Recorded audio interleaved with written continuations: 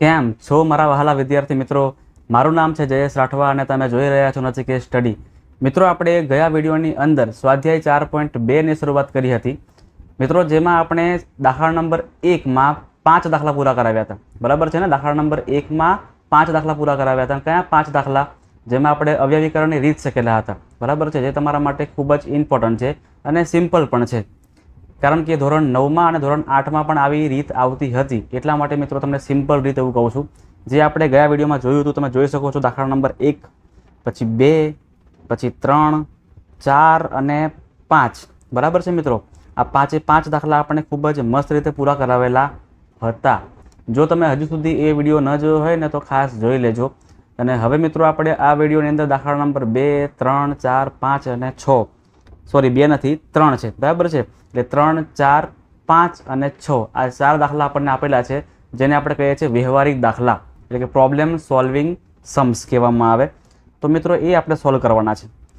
હવે મિત્રો સેમ આની અંદર એવું ને એવું કરવાનું છે. આપણે અવયવીકરણની રીતે જ કરવાની છે. પણ સૌથી પહેલાં આપણે આ જે આપણને વાક્ય આપેલું છે ને, એ વાક્ય પરથી આપણે સૌથી પહેલાં સમીકરણ બનાવવાનું, અને સમીકરણ બનાવ્યા પછી આપણે એને સોલ્વ કરીશું. એટલે ખાલી એક સ્ટેપ વધશે. કયું? તો કે સમીકરણ બનાવવાનું એક સ્ટેપ આપણું વધવાનું છે, બાકી કંઈ જ વધવાનું છે નથી. ચાલો શરૂઆત કરીએ આપણે શાંતિથી મસ્ત રીતે. સૌથી પહેલાં મિત્રો આપણે વાંચીએ કે આપણને શું આપેલું છે. બરાબર છે?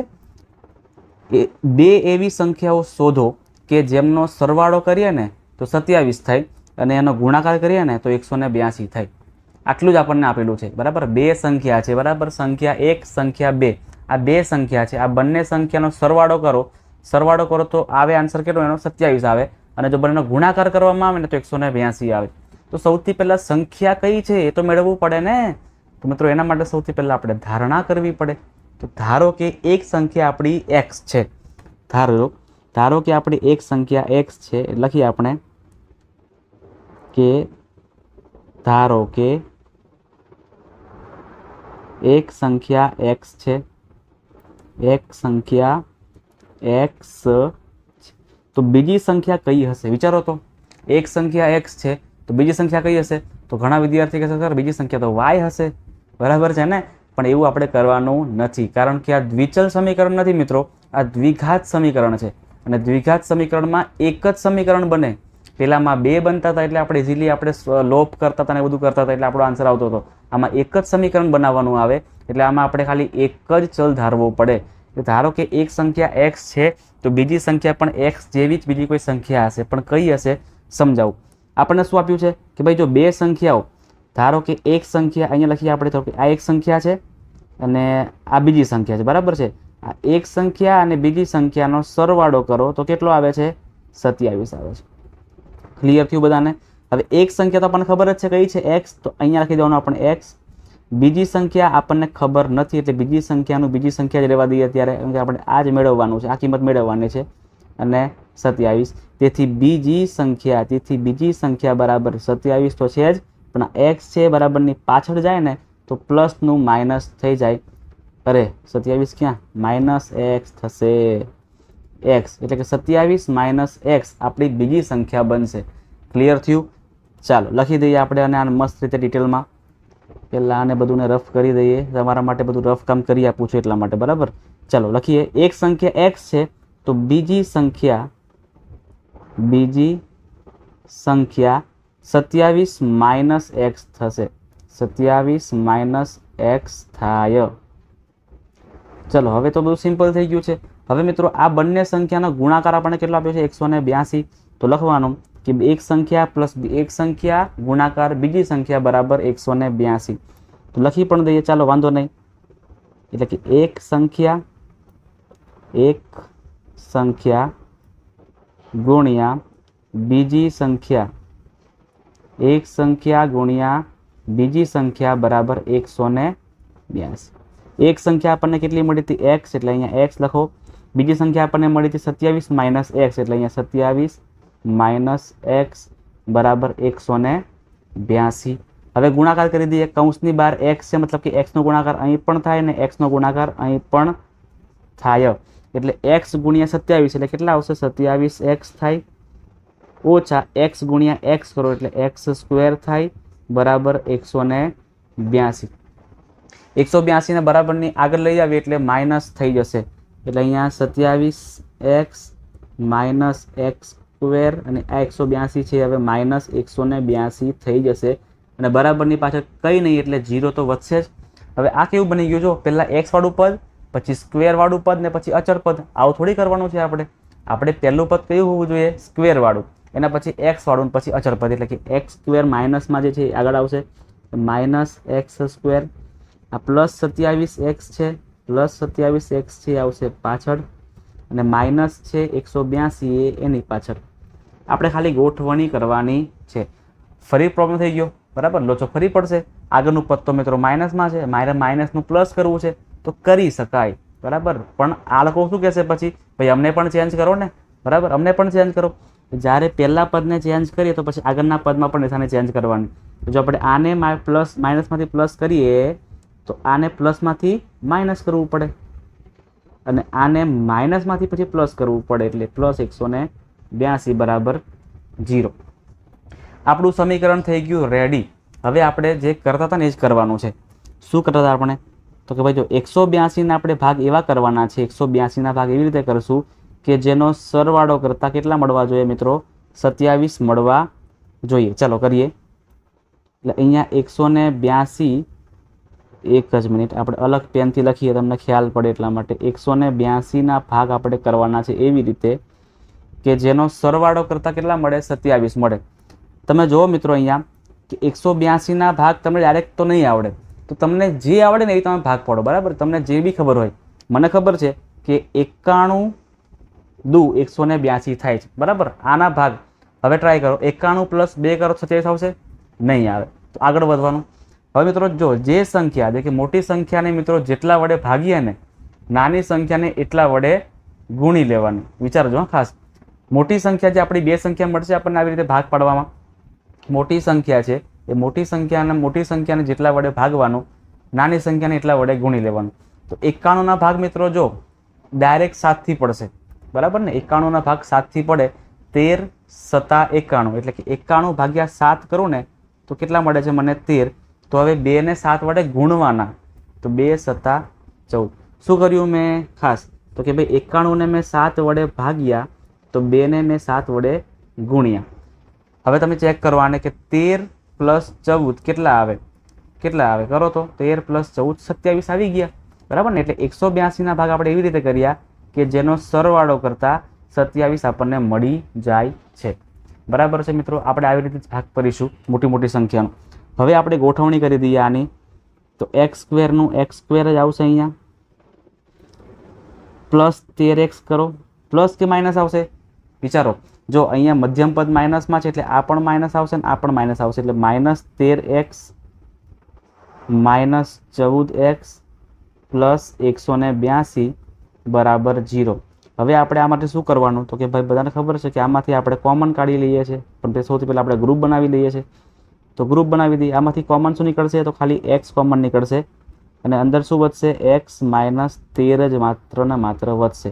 આમાંથી 14 કોમન નીકળશે, 14 કોમન નીકળશે એટલે અંદર વધશે x માઇનસ પ્લસ માઇનસ અને 14 ગુણ્યા 13 કરો ને, આ જો 13 ગુણ્યા 14 182 મળી જાય છે, એટલે કે 13 અહીંયા આવશે બરાબર 0. કોમન કૌંસ આગળ લખી દેવાનું એટલે x માઇનસ 13 અને જે બ્લુમાં લખ્યું છે ને એ પાછળ લખવાનું, એટલે કે x માઇનસ 14 અને પાછળ બરાબર 0 લખવાના છે આપણે.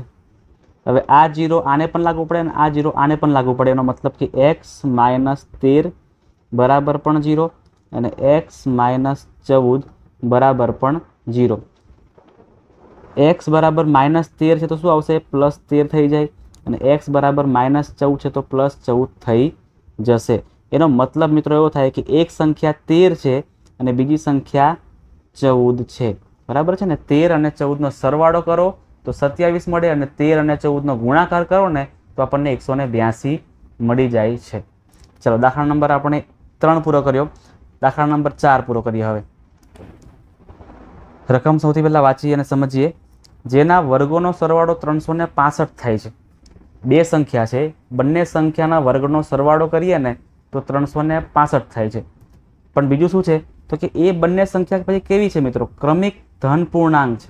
કેવી છે? ક્રમિક ધન પૂર્ણાંક છે.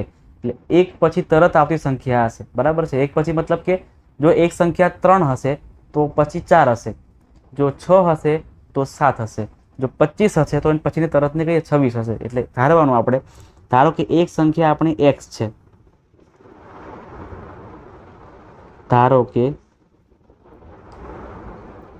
એક સંખ્યા x છે, તો બીજી સંખ્યા આપણી કેટલી હશે? તો કે ભાઈ x + 1, ક્રમિક આવે ને, ક્રમિક એટલે તમારે +1 જ કરવાનું, x + 1 થાય. હવે આ બંને સંખ્યાના વર્ગોનો સરવાળો, એટલે આ બંને સંખ્યા એટલે કઈ કઈ? તો કે ભાઈ પહેલી સંખ્યા એટલે x, બીજી સંખ્યા એટલે x + 1, અને આ બંને સંખ્યાના વર્ગ કરીએ અને વર્ગોનો સરવાળો કરીએ તો એ સરવાળો આપણને કેટલો મળે છે? 365 મળે છે. હવે આપણે આને સોલ્વ કરી દઈશું એટલે આપણને સમીકરણ મળશે અને પછી આપણે એનો ઉકેલ લાવી દેવાનો છે. ચલો, x² એટલે x² જ થશે. અહીંયા તમે જુઓ કે x + 1 આખા કૌંસનો સ્ક્વેર છે, એટલે પહેલા પદનો સ્ક્વેર પ્લસ 2 ગુણ્યા પેલું બીજું પ્લસ છેલ્લા પદનો સ્ક્વેર, x² પ્લસ 2 ગુણ્યા પહેલું બીજું પદ એટલે કે 2x પ્લસ 1નો વર્ગ કરો એટલે 1 આવે, બરાબર 365 થશે. x² પ્લસ x² આનું પ્લસ થઈ શકે છે, એટલે અહીંયા શું આવશે આપણું 2 કેવો પડી ગયો? 2x² પ્લસ 2x પ્લસ 1 બરાબર 365. 365 છે બરાબરની આગળ લઈ આવવાનું એટલે માઇનસ થઈ જાય, 2x² પ્લસ 2x પ્લસ 1 અને 365 માઇનસ થશે એટલે 365 બરાબર 0. ચલો હવે માઇનસ કરી દઈએ ને છોકરાઓ, 2x² પ્લસ 2x, 365 છે ને એ માઇનસમાં છે અને 1 છે એ પ્લસમાં છે, એટલે પ્લસ માઇનસ માઇનસ થાય, 365માંથી 301 માઇનસ કરી દઈએ એટલે 364 થશે, 364 થશે. ચાલો મિત્રો, હવે શું કરીએ? તો કે જો આવું તમારે આવી જતું હોય ને, મોટી મોટી સંખ્યા આવતી હોય ને, તો તમારે એકવાર જોઈ લેવાનું કે કંઈક કોમન નીકળી શકે એવું છે. તમે જોઈ શકો છો મિત્રો કે અહીંયા 2 છે, હા અહીંયા 2 છે, આ બેકી સંખ્યા છે, મતલબ કે મિત્રો 2 કોમન નીકળી શકે છે. તો આપણે આમાંથી 2 કોમન કાઢી શકીએ છીએ, બરાબર. એટલે ચલો 2 કોમન કાઢી લઈએ ને, તો અંદર શું વધશે હવે? તો કે ભાઈ x² વધશે, આ 2x માંથી 2 બહાર આવી ગયા એટલે માત્ર ને માત્ર x વધશે. 364માંથી 2 કાઢી રહું ને એટલે કે 364ના અડધા કરવાના, 364ના અડધા કરવાના એટલે 180, 180 ગુણ્યા 2 કરું એટલે 360 થાય, 181 ગુણ્યા 2 કરું તો 362 થાય, 182 ગુણ્યા 2 કરું તો 362 એટલે કે 182 આવશે. અહીંયા 182 દુ 364 બરાબર 0. આ 2 છેદમાં આવી જશે. કોના છેદમાં આવી જાય? તો કે ભાઈ 0ના છેદમાં આવી જાય.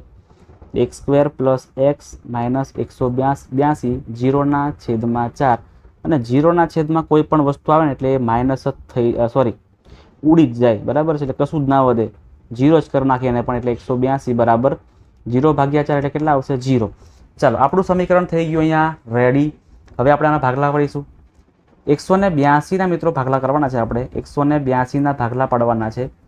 182ના ભાગ કરવાના છે એવી રીતે કે જેને માઇનસ કરતાં 1 આવે, માઇનસ કરતાં 1 આવે. આપણે ખબર અત્યારે જોઈ શકો છો અહીંયા આ રહ્યું, જો કે 13 ગુણ્યા 14, 14 ગુણ્યા 13 182, 14માંથી 13 કાઢો તો 1 વધે પણ છે, મતલબ કે 14 અને 13 આપણો ગુણાકાર જ થાય છે, બરાબર. આપણે બીજી ખોટી મહેનત નહીં કરીએ. એટલે અહીંયા 14 ગુણ્યા 13 182, અહીંયા માઇનસ છે એટલે એક પ્લસમાં હશે ને એક માઇનસમાં હશે. કયું પ્લસમાં કયું માઇનસમાં? તો કે ભાઈ મધ્યમ પદ જોવાનું. મધ્યમ પદ પ્લસમાં એટલે મોટી સંખ્યામાં પ્લસ કરો, નાની સંખ્યામાં માઇનસ કરો. ગરમી મિત્રો ઘણી વધી ગઈ છે, બરાબર છે.